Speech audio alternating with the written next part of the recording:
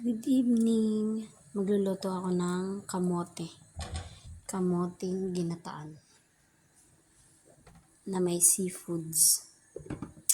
Yan ang dinner nila. At saka yung niluto ko kaganina na ayan, tartang chicken. Iinitin ko yan. Ayan yung sauce.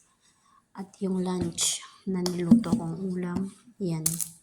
Iinitin ko siya. At itong puri at saka chapati. Yan yung magiging dinner nila tonight. Ayan. Prepare na din ako ng gata. Kasi yung gata rito is powder. Nilagay ko na siya dyan. Halo-halo. Halo-halo.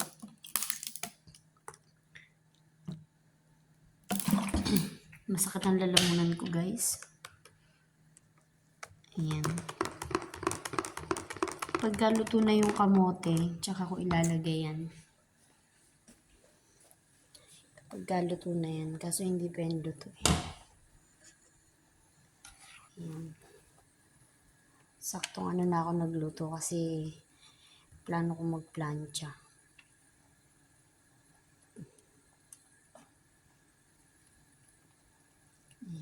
Paanihin pa natin, palambutin pa natin ng konti.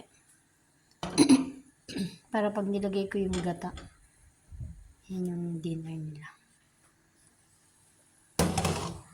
Ito yung pinakasahog. Yan. Seafoods. May nabibili kasi rito na ano, magkakasama na.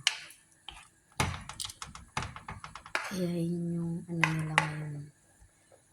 Paborito na nilang ano yan, paluto sa akin. Simula nung nagluto ako ng isang beses. Ayan, maliwanag pa. 5:30 na dito. Nag-i-start ako ng pagluluto is 5:30. Wala rin ganong kumain kasi nagda-diet si Amo. So, hindi ganong kumain sila ng tanghalian. Isa lang ang kumain. Ay, dalawa lang. Yung bunso at saka yung lalaki. Asawa ni Amo. Ayan.